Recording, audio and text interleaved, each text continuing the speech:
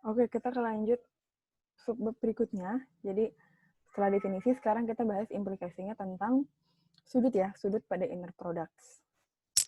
Nah, membicarakan sudut, kita harus bicara dulu tentang panjang atau norma ya. Panjang atau norma, kita udah bahas bahwa dalam vektor, gitu ya, kalau dia punya bobot, maka normanya harus kita ikut sertakan bobotnya. Kemudian kita juga udah bahas norma untuk matriks dan juga untuk sebuah polinomial. Nah, di sini ada beberapa teorema ya yang harus dipenuhi nih apabila kita membicarakan inner products ya. Jadi yang pertama, norma itu pasti positif, dia hanya akan nol ketika vektornya 0, kemudian kalau dikalikan dengan skalar, maka skalarnya boleh dikeluarkan, dan yang terakhir, norma dari hasil penjumlahan vektor akan selalu lebih kecil daripada norma vektor U ditambah dengan norma vektor V ya. Ini ya persamaan segitiga ya. Sudah pernah dibahas juga di bab-bab sebelumnya.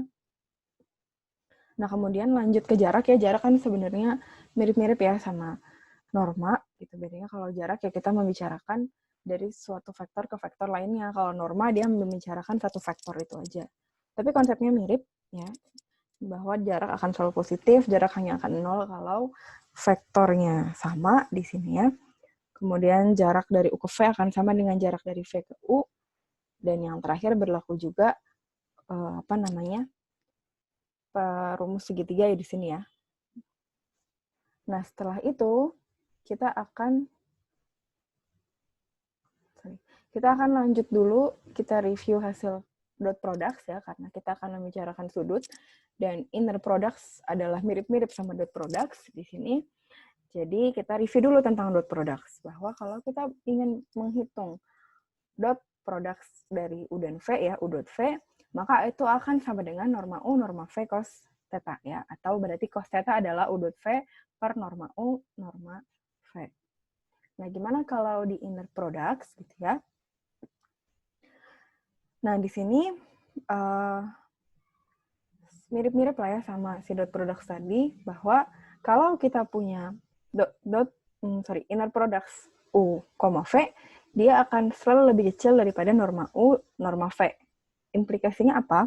Jadi kalau kita perluas persamaan yang ini ya, kita coba jabarkan persamaan yang ini, kita sama-sama bagi dengan norma U, norma V, dia jadi lebih kecil daripada 1, sehingga kalau dijabarkan, min 1 lebih kecil daripada inner products U, V dibagi dengan norma U, norma V lebih kecil daripada 1. Nah, kalau kita lihat grafiknya ya, cos theta di sini, gitu ya, bahwa supaya dia dari min 1 sampai 1, dia akan punya sudut yang unik ya, jadi 1-1 gitu persamaannya. 1-1, maka ini akan menjadi cos theta ya, sama dengan inner products dari U, V per norma U, norma V. Dengan sudutnya adalah dari 0 sampai pi ya. Jadi bedanya kalau dot products tadi di atasnya di sini U dot V ya, sedangkan di sini karena kita bicara inner products, dia jadi di sini adalah inner products dari U, V di sini ya. Kita lihat masuk ke contoh, apabila kita memiliki inner products ya, pada ruang 4 dimensi, tentukan sudut antara vektor U dan vektor V. Ya berarti kita cukup mengalihkan dengan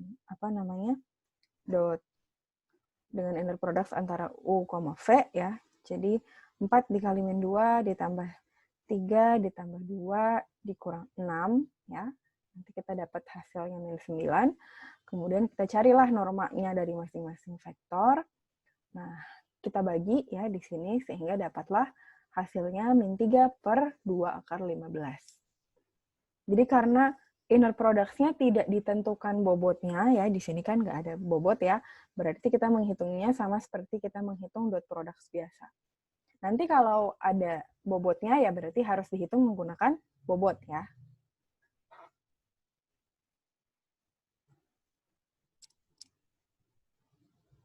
Nah, masuk ke sudut ya di sini bahwa sama seperti dot products, dia akan menjadi disebut ortogonal apabila hasil inner products-nya adalah 0 ya. Di sini. Nah, jadi kita bisa menentukan nih, langsung ke contoh ya, kita bisa menentukan apakah antar matriks atau antar vektor dia ortogonal. Selama hasilnya 0 berarti dia ortogonal. Nah, berarti ini kira-kira 0 atau tidak? Ya, di sini kita bisa lihat bahwa perkaliannya saling mengenolkan, sehingga berarti antara U dan V adalah ortogonal ya, matriks U dan V. Nah, kemudian bisa juga kita masuk ke polinomial ya, misalnya. Nah, ini inner product-nya ditentukan ya. Untuk sebuah polinomial, ini inner product-nya ditentukan antara perkalian Px dengan Qx, integral dari min 1 sampai 1. Kemudian P-nya ditentukan X dan Q-nya adalah X kuadrat. Ya. Nah, ini boleh ya kalau kita mau hitung normanya.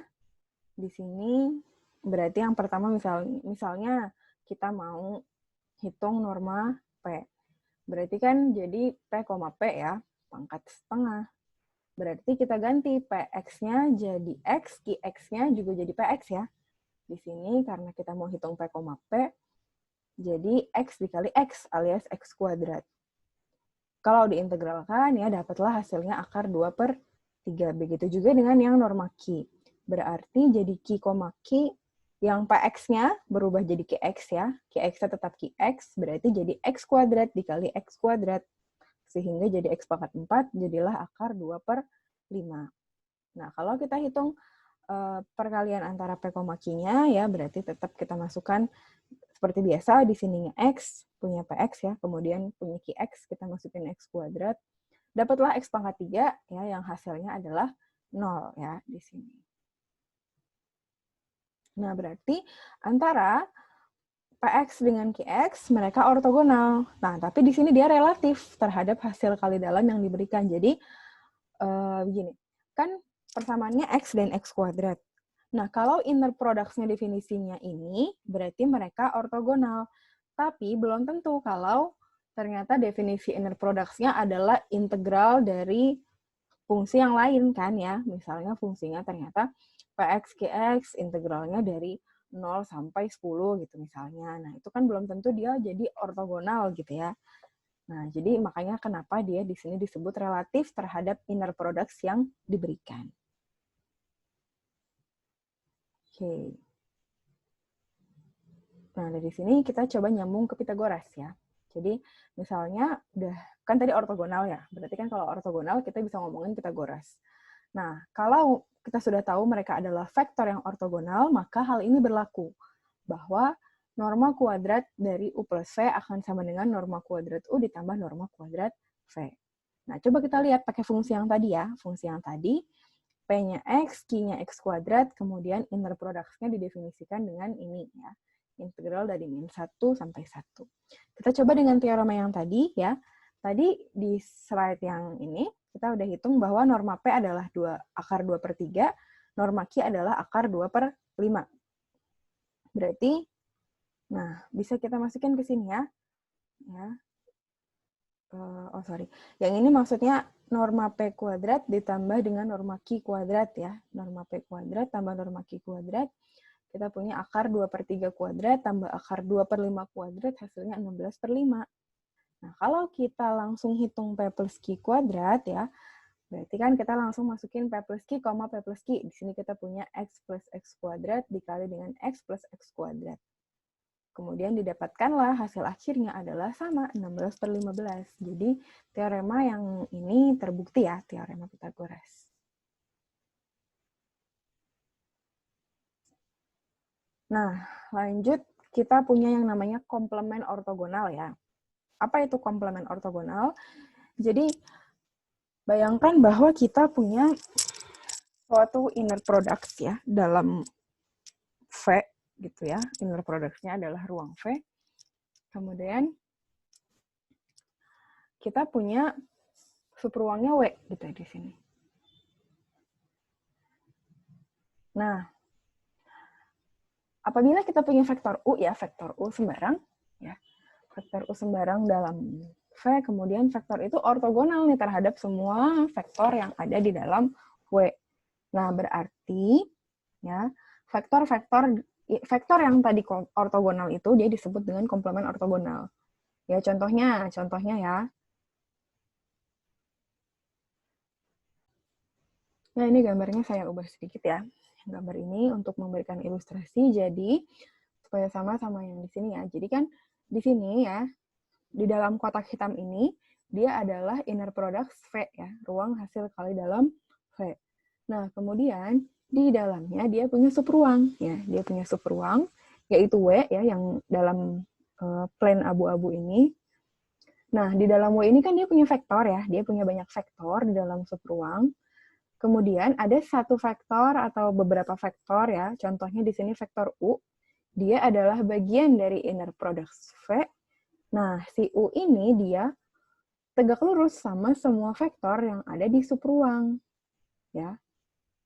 Vektor U tegak lurus ya. Vektor U tegak lurus pada setiap vektor W ya. Ortogonal.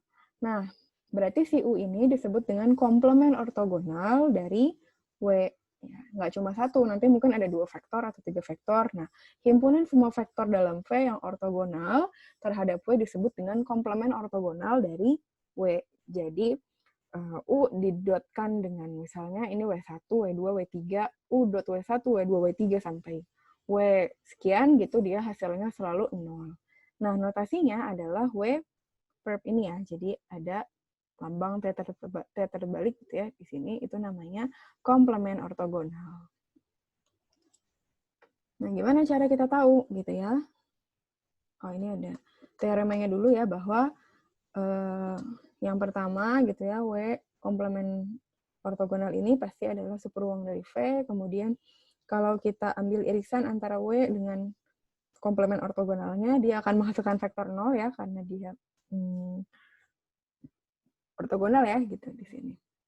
Nah, kemudian kalau kita punya W komplement, kemudian dia dikomplementkan lagi ya, dia akan kembali ke W gitu ya. Karena yang ortogonal dari komplement ortogonal pasti adalah vektor di dalam W itu sendiri ya. Anggaplah ini W komplementernya, terus pengen dicari komplementernya apa dari si vektor U. Ya kan, vektor-vektor di dalam W ya. Makanya kalau kita cari komplementernya 2 kali, dia akan kembali ke vektor itu sendiri. Nah, kita coba cari ya, gimana cara mencari komplement ortogonal ya di sini. Di sini nama teoremanya kaitan geometrik ya, antara ruang nol dan ruang baris suatu matriks. Bahwa ternyata ruang nol dan ruang baris ini punya kaitan loh dalam komplement ortogonal ini. Makanya disebut kaitan secara geometris. Nah, apabila kita punya matriks ya, M kali N, matriks A-nya. Nah, si ruang nol sama ruang baris adalah komplement ortogonal dari R N ya, berkenaan dengan hasil kali dalam Euclid. Jadi berkenaan dengan inner products-nya. Nah, tapi kalau kita pengen cari, gimana kalau kita pengen cari komplement ortogonalnya pakai ruang kolom gitu ya. Di sini kita akan pakai A transpose ya. Untuk ruang nolnya. Karena kemarin kita tahu bahwa buat cari ruang kolom gitu ya, kita harus cari dari transpose-nya ya. Dari ruang nolnya. Kalau ruang baris kita bisa langsung pakai aja. Kalau ruang kolom, karena operasi baris mengubah ruang kolom, maka harus ditransposkan untuk ruang nolnya supaya sama antara ruang kolom sama ruang nol dari A transpose ini. Boleh pakai salah satu ya intinya di sini. Baik itu mau ditranspos dulu untuk cari ruang nol atau pengen cari dari ruang kolom, atau kita justru pengen pakai yang pertama. Ya, saya lebih suka pakai yang pertama karena lebih simpel ya untuk ruang nol dan ruang baris. Karena ruang baris akan selalu sama ya, mau kita ubah-ubah reduksi segala macam. Nah, kita coba lihat contoh soalnya. Misalnya, kita punya subruang ya, pada ruang berdimensi 5 yang terentang oleh vektor W1, W2, W3, W4. Nah, kita pengen cari nih, apa sih kira-kira basis untuk komplement ortogonalnya? Kita pengen tahu vektor-vektor apa yang ketika didotkan dengan W1, W2, W3, W4 ya, kita kalikan dengan inner products, dia akan menjadi komplement ortogonal dari vektor-vektor yang ada di W. Nah, seperti teorema yang ada di sini ya, kita akan cari menggunakan ruang nol, karena ruang nolnya adalah komplement ortogonal. Ya. Di mana ruang nol ini akan vektor-vektornya di sini diwakili juga oleh ruang baris dari A. Ya. Nah, gimana caranya kalau kita pengen pakai ruang 0? Ya berarti kita susun W1, W2, W3, W4 ya, karena tadi ruang 0 adalah sama dengan si ruang barisnya, kita susun dia dalam bentuk baris ya. Jadi W1-nya di baris pertama, W2-nya di baris pertama, W3-nya di baris ketiga, dan W4-nya di baris keempat. Karena ruang W-nya akan sama dengan ruang baris gitu ya. Jadi kita akan cari nih, apa sih ruang baris dari matriks ini?